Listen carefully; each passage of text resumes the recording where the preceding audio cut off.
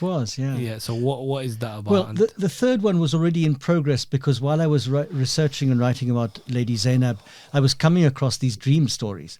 Because when you read about Karbala there, and I just kind of put them into a little folder in my computer and thought I'm going to come back to them eventually.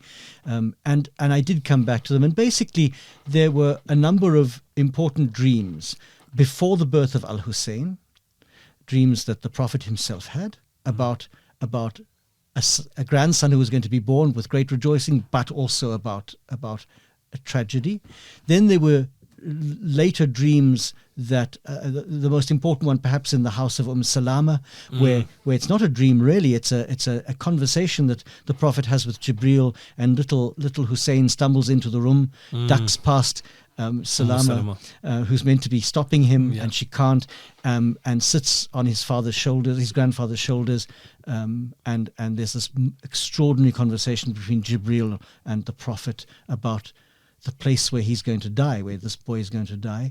And there are also dreams after Karbala, mostly of those who were involved in killing Hussein, who have terrible dreams about the fate awaiting them, being dragged down to hell and being forced to drink pitch instead of, so at Al-Kawthar, when they arrive, they don't get offered the water of life, they get offered something else, because they've deprived Al-Hussein of water.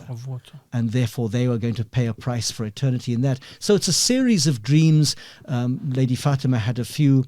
Ibn Abbas, that great transmitter of hadith, he had some very interesting dreams about Karbala, which are recorded in the Sunni books, and then a few others. So, and I've blended in this idea of Jibril, who plays a very prominent role.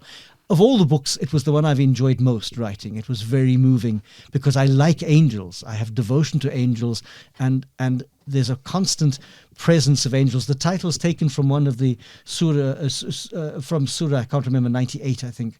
And it's a translation by Pickthall when she talks about angels hastening. In fact, I've got a little note in the book about it. And I thought it sums up this movement of Jibril between heaven and earth, because he's trying to get a message across to the Prophet, and it's not always being understood, that you're going to have a grandson, but your community after him is going to kill him. And the Prophet's saying, I don't need a grandson who my community is going to kill. And there's this marvelous scene of Jibril rushing back each time, 3 times, to get the message across, until finally the Prophet and Lady Fatima accept that this is ordained by God. So there's this wonderful movement between heaven and earth. It was a book that I loved writing, and it was one of the easier. It was easier than the Zainab text, because Zainab needed a lot of hard work trying to, as Abbas is going to need, to find but this was just things I collected as I went along from both Sunni and Shia texts.